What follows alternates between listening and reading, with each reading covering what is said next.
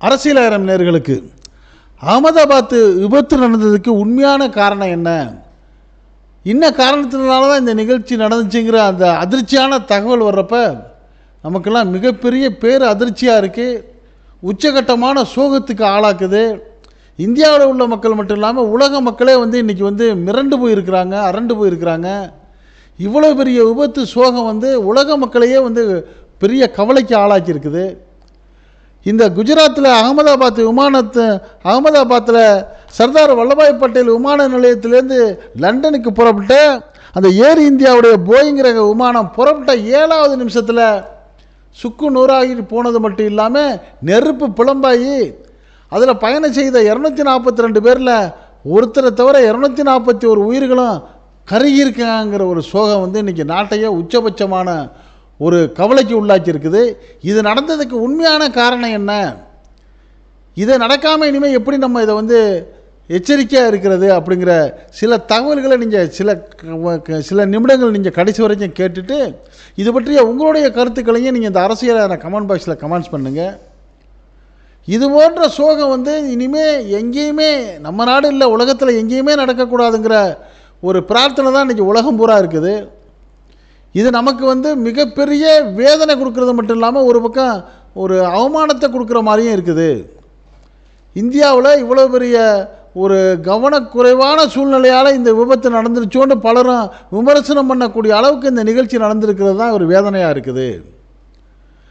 நேற்று மதியம் அந்த குஜராத்தில் அகமதாபாத்தில் சர்தார் வல்லபாய் பட்டேல் விமான நிலையத்திலிருந்து புறப்பட்ட அந்த விமானம் ஏர் இந்தியாவுடைய போயிங் 787.8 ட்ரீம் லைனருங்கிற விமானம் லண்டனுக்கு புறப்பட்டு போகுது. இந்த விமானம் சாதாரண ரக விமானம் இல்லை, நல்ல ஒரு உயர்வான இன்ஜின் கொண்ட விமானம் தான்.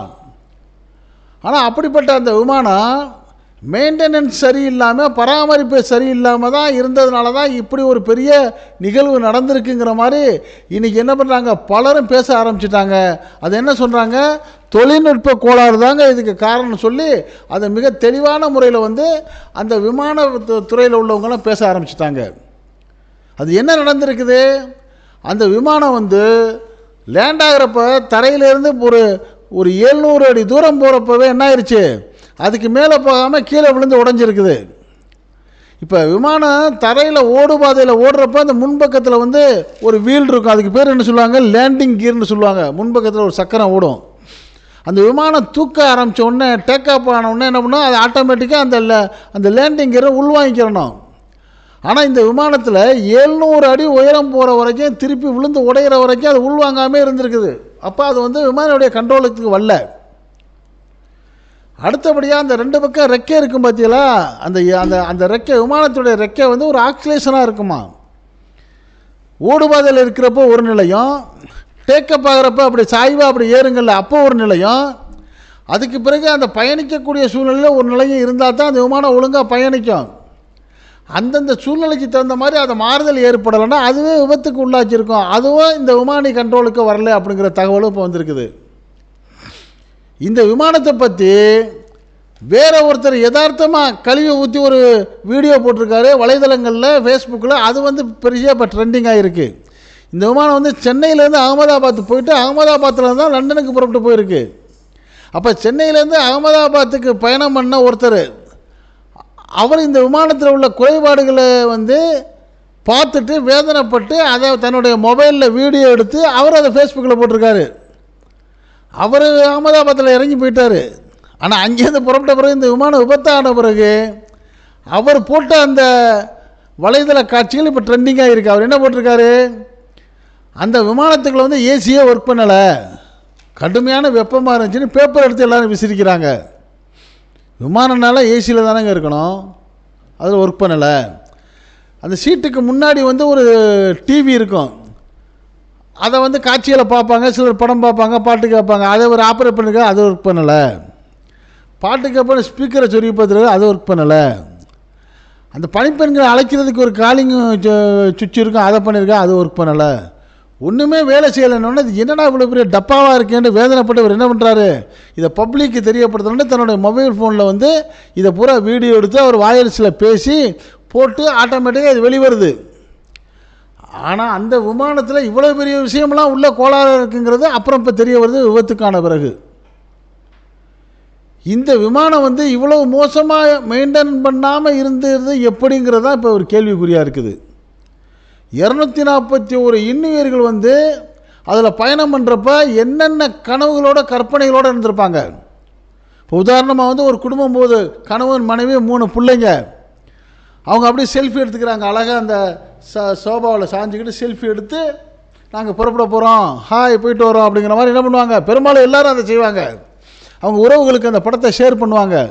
தான் புறப்பட போது நாங்கள் கிளம்ப போகிறோம், பை பை இந்தியா அப்படிம்பாங்க. லண்டனுக்கு போக போகிறோம், லண்டனில் போய் வேலைக்கு போக போகிறோம், வீடு திருப்பலாவுக்கு போக போகிறோம், மாதிரி ஏற்கனவே படிக்கிறதுக்கு போக போகிறோம், உத்தியோகத்துக்கு, ஒவ்வொருத்தரும் ஒரு கனவுல போவாங்கல்ல. அந்த கனவை வந்து நம்ம எட்ட போகிறோங்கிற மகிழ்ச்சியில் தான் அவங்க அந்த விமானத்தில் ஏறுவாங்க, இருக்கையில் உட்காருவாங்க. போகிறப்ப பயணம் போகிறப்ப தங்களுடைய உறவுகளுக்கு பயணத்தை சொல்லிக்கிட்டு புறப்படுறப்ப புறப்பட்ட 7வது நிமிஷத்தில் உயிரிழந்துருவோன்னு யாராச்சும் கனவுலே நினச்சி பார்த்துருப்பாங்களா? அதில் இவ்வளோ பெரிய சோகமாக நெருப்பு புலம்ப உருகி செத்து போக வேண்டிய யாராச்சும் நினச்சி பார்த்துருப்பாங்களா? இவ்வளோ பெரிய அலட்சியம் நடந்தது நம்மளுக்கு தாங்க முடியாத வேதனையான விஷயங்கிறது தான் நம்ம வந்து இப்போ பகிர்ந்துக்கிற ஒரு சங்கடமான செய்தியாக இருக்குது. இப்போ என்ன நடந்திருக்குது, இந்த விமானம் வந்து தரையில் ஓடுபாதையிலேருந்து போட்டு டேக்கப் ஆன பிறகு இந்த லேண்டிங் கியர் வந்து உள்ளே இழுத்துக்கப்படலை. அப்போ லேண்டிங் கியர் உள்ளே இழுத்துக்கப்படலான்றால அது ஒரு வெயிட் இழுக்குமா அந்த விமானத்தை மேலே எலும்ப விடாமல். ஒரு பட்டம் விடுறப்ப கீழே கல்லை கட்டி விட்டால் பட்டம் பறக்குமா, அந்த மாதிரி. அதே போல் அதோடைய இறகுகளும் சரியாக ஒத்துழைக்கலை. இன்னும் உள்ளே என்னென்ன அந்த மிஷினில் கோளாறு இருந்துச்சு அதெல்லாம் அந்த விமானிகளுக்கு தான் தெரியும். அந்த 7 நிமிஷத்துலேயே விமானி கண்டுபிடிச்சிட்டாரு. ஏன்னா அந்த ஓட்டுநர் விமானி 2 பேரும் சாதாரண ஆளுகளில் நல்ல திறமையான ஆளுகளாக தான் போயிருக்கிறாங்க. ஒருத்தர் பேர் வந்து சுமித் சபர்வால், இவர் கிட்டத்தட்ட 8000 சுற்றம் மணி நேரங்கள் விமானத்தை ஓட்டுன அனுபவம் உள்ளவராக இருக்கிறாரு. அடுத்து துணை விமானி வந்து கிளை குந்தர், இவரும் 1000 சுற்றம் மணி நேரம் விமானத்தை இயக்குனராக இருக்கிறாரு. இப்போ இவங்க 2 பேரும் கண்டுபிடிச்சிட்டாங்க, ஐயோ இதில் ஏகப்பட்ட விஷயங்கள் கோளாறாக இருக்குது அப்படின்னு என்னமோ முயற்சி பண்ணி பார்த்துருப்பாங்க, அவங்க கட்டுப்பாட்டுக்கு வரல. கடைசியாக இவங்க வந்து ஒரு அலறல் அறைகூவல் விடுறாங்க. அது என்ன அலறல் அறைகூவல்? மேடே மேடே மேடேன்னு 3 தடவை சொல்கிறாங்க. இந்த மேடேங்கிற வாசகம் மிக மோசமான கொடுமையான வேதனையான ஆபத்துடைய உச்சகட்டத்தில் இருந்தால் மட்டும் உபயோகப்படுத்தக்கூடிய வாசகமாக. இது யார் பயன்படுத்துவாங்களாம்? விமானத்தில் உள்ளவங்களும் கப்பல் துறையில் உள்ளவங்களுக்கு மட்டும் உள்ள ஒரு சங்கேத மொழியும் அது. என்ன விளக்கமாக பேச முடியாது. உச்சகட்டமான ஆபத்தில் இருக்கிறப்ப நான் இந்த நிலைமையில் இருக்கிறேன் அப்படி செய்ய இப்படிலாம் வசனம்லாமா பேச முடியும்? ஒரு செகண்டில் தகவலை சொல்லணுங்கிறதுக்கு தான் இதை கண்டுபிடிச்சி வச்சுருந்துருக்காங்க. இது விமானத்துறையில் உள்ளவங்களுக்கு புரியும். அந்த அறிவிப்பை அவர் அறிவித்தார்னா அவர் வந்து முடிவுக்கு வந்துட்டார், நம்ம கதை முடிஞ்சிருச்சு அப்படின்ட்டு. அதைத்தான் அந்த பயணிகள்கிட்டையும் தெரிவிச்சிருக்கிறாரு. அப்போ அந்த பயணிகள்லாம் என்ன கதறாங்க, எவ்வளோ வேதனை, அலறல் சத்தம் தாங்க முடியலைங்க. அதை வந்து அந்த மக்கள் எவ்வளவு சந்தோஷமாக அவங்க என்னென்ன எதிர்பார்ப்புகளோடு உட்கார்ந்துருந்தாங்களோ அப்படி 7வது நிமிடத்தில் அவங்க நிலைமையே மாறுது. இந்த விமானம் என்ன பண்ணுது, கிட்டத்தட்ட 700 அடி போன விமானம் திருப்பி உயர முடியாமல் அப்படி படிப்படியாக இறங்கி ஒரு மிகப்பெரிய கட்டடத்தில் விழுந்து நொறுங்குது. அதுக்கு பாருங்கள், அந்த கட்டடம் வந்து பிஜே மருத்துவக் கல்லூரியுடைய ஹாஸ்டல். கெட்டதுலேயும் ஒரு நல்லதுங்கிற மாதிரி இந்த பிஜே மருத்துவக் கல்லூரி அங்கிட்ட ஒரு 200-300 அடி தூரத்தில் இருக்கான். ஒருவேளை அந்த கட்டடத்து மேலே விழுந்திருந்தால் அந்த கல்லூரியில் படிச்சுக்கிட்டு இருந்த ஆயிரக்கணக்கான மாணவர்கள் உயிரிழந்து இருக்கக்கூடிய ஒரு சூழ்நிலை ஏற்பட்டிருக்குங்கிற மிகப்பெரிய சோகம் கவலை தான் எல்லாரும் சொல்கிறாங்க. இது அந்த ஹாஸ்டலில் விழுந்திருக்கு. அதில் ஒரு 50-60-100 டாக்டர்கள் படிச்சுக்கிட்டு இருக்க டாக்டர் சாப்பிட்டுக்கிட்டு இருந்திருக்காங்க. அவங்க எதிர்பார்த்துருப்பாங்களா? சாப்பிட்டுக்கிட்டு இருக்கோம், அடுத்த சாப்பாடு வாய்க்குள்ளே போகிறதுக்குள்ளே நம்ம உசுறு போயிருந்து எதிர்பார்த்துருப்பாங்களா? கிட்டத்தட்ட 40-42 பேர் மிகப்பெரிய படுகாயம். அதில் வந்து 5 to 10 டாக்டர்கள் வந்து இறந்துட்டாங்கங்கிற செய்தியும் வருது. அப்போ இந்த விமானத்தில் 242 பேர் பயணம் பண்ணதில் ஒருத்தர் மட்டும் தப்பிச்சிருக்கிறாரு. அது பெரிய ஆச்சரியம், மிராக்கிளாக நடந்திருக்கு. என்ன மிராக்கில் அது? அந்த எக்ஸைட், அதாவது அபாய வழின்னு ஒன்று இருக்கும், அவசர வழின்னு ஒன்று இருக்கும், எமர்ஜென்சி கேட்டு. அந்த கேட்டு அவருக்கு பக்கத்தில் இருந்திருக்கு. அப்போ அந்த பையன் என்ன பண்ணியிருக்கிறாரு, இந்த ரமேஷ் விஸ்வாஸ் குமாருங்கிற அந்த பையன் இளைஞர், அவர் எப்படியாவது வெடித்து சாக போகிறோம், எல்லாம் அலறி குதிக்கிறாங்க, அலறி சாவுறாங்க, நம்ம இந்த கேட்டை உடச்சிட்டு குதிச்சு செத்தாலும் சரி பொழைச்சாலும் சொல்லிட்டு என்ன பண்ணுறாரு, உடச்சிக்கிட்டு கீழே தப்பி குதிக்கிறாரு. அவருடைய நேரம் நல்ல நேரம் பாருங்கள், அவர் குதிக்கிற இடத்துல வந்து ஒரு மணல் திட்டில் வந்து விழுந்ததுனால அவர் பொழைச்சிக்கிட்டார். அவர் சில காயங்களோடு பொழைச்சிக்கிட்டார். மீதி 241 பேரை எரிஞ்சு போயிட்டாங்க. அதுதான் பெரிய வேதனையான விஷயம். இப்போ பொழைச்சா அதில் இவர் ஒருத்தர் தப்பிச்சது. இன்னொரு பெண்மணி, இந்த பூமி சவுகானுங்கிற ஒரு பெண்மணி இந்த விமானத்தில் லண்டன் போகிறதுக்கு வர்றாங்க. வேகமாக அவங்க வீட்டில் இருந்து கடைவீதியில் டிராஃபிக்கில் அவங்க வாகனம் மாட்டிக்கிறது. அதனால் இவங்க வந்து அந்த ஏர்போர்ட்டுக்கு வர்றதுக்கு ஒரு தாமதம் ஆகிடுது. ஃப்ளைட்டு புறப்பட்டு 10 நிமிஷம் தான் இவங்க உள்ளே வர்றாங்க. பாருங்கள், இவங்க உயிர் காப்பாற்றணுங்கிறதுக்கு ஆண்டவன் எந்த அளவுக்கு இவரை இந்த அம்மாவை காப்பாற்றிருக்கான் பாருங்கள். இப்போ இதுலேருந்து இன்னொரு விஷயத்தை நம்ம வந்து நம்பித்தான் ஆகணும். இறைவன் வந்து ஒரு மனிதனை காப்பாற்றணும்னு நினச்சிட்டானா எந்த வழியிலும் அவனை காப்பாற்றிடுவாங்கிறதுக்கு இந்த ரமேஷ் விஸ்வாஸ்குமாரும் இந்த பூமி சவுகானுங்கிற 2 பேருமே ஒரு உதாரணம் சொல்லலாம். மீதி 247 இன்னுயிர்களும் வந்து கதறி போயிட்டாங்க. இப்போ அவங்க அந்த கட்டடத்தில் அந்த விமானம் விழுந்த உடனே அதில் வந்து 1,10,000 லிட்டர் எரிபொருள் இருந்திருக்குது. அதை அப்படியே வெடித்து செதறி தீப்பிழம்பாய் மழை பிடிச்சி எறிகிற மாதிரி, பெரிய கல் மழை பிடிச்சி நெருப்பாக எரிஞ்சால் எப்படி எரியும் அந்த மாதிரி நெருப்பு பிழம்பு எரிஞ்சிருக்குது. அந்த காட்சியை கொஞ்சம் தூரத்தில் நின்று பார்த்துக்கிட்டு இருந்த அந்த பக்கத்தில் உள்ள தர்மேந்தருங்கிறவர் என்ன சொல்கிறாரு, நான் கண்ணால் பார்த்தேன், அந்த விழுகிறத பார்த்தேன், அந்த கதறல் சத்தங்களை கேட்டேன், அந்த கட்டடத்தில் இருந்த இரும்பு தூண்கள்லாம் வந்து உருகி ஊற்றுச்சு அந்த நெருப்பில். அப்போ அந்த நெருப்பில் மாட்டின உள்ளே இருக்கிற ஆளுங்க என்ன ஆகிருப்பாங்க? இப்போ அதில் ஒரு 5-6 பேருக்கு ஷார்ட்டேஜ் ஆள் கிடைக்கலைங்கிறாங்க. அந்த 5-6 பேர் அந்த மாதிரி நெருக்கடியான ஒரு நெருப்பு பிளம்பில் மாட்டி பஸ்பமாக கூட போயிருக்கலாம் அப்படிங்கிற ஒரு சந்தேகத்தை அவர் சொல்கிறாரு. என்ன நினச்சி நம்மளுக்கு தெரியாது. அவ்வளோ பெரிய சோகமான ஒரு விபத்து நடந்திருக்குது. இந்த மாதிரி விபத்து நடந்திருக்கவே கூடாதுங்கிறது தான் எல்லாருடைய பிரார்த்தனையாக இருக்குது. இனிமேல் இது மாதிரி நடக்கவே கூடாது. அப்போ இது மாதிரி நடக்கவே கூடாதுன்னா என்ன பண்ணணும்? இந்த விமானத்துறையும் அரசும் என்ன பண்ணணும்? மிக எச்சரிக்கையாக வந்து இதை கண்காணிக்கணும், முன்னெச்சரிக்கையாக படப்பிடிக்கணும். 1 கோடி ரூபாய் இழப்பு கொடுக்குறாங்கன்னா அந்த 1 கோடியை வச்சு என்ன பண்ண முடியும்? அதில் பயணம் செய்தவர் எத்தனையோ கோடியை சம்பாதிக்கக்கூடியவராக இருப்பார். அவரை நம்பி எவ்வளோ பேர் எதிர்ப்பாங்க.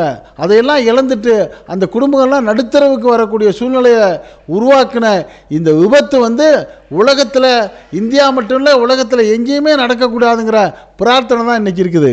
அதில் பயணம் செய்த அந்த குஜராத்தோடைய முன்னாள் முதலமைச்சர் விஜய் ரூபானியே இறந்திருக்காரு. 241 இன்னுயிர்களும் அந்த 2 பைலட்டுகளும் இறந்துருக்கிறாங்க.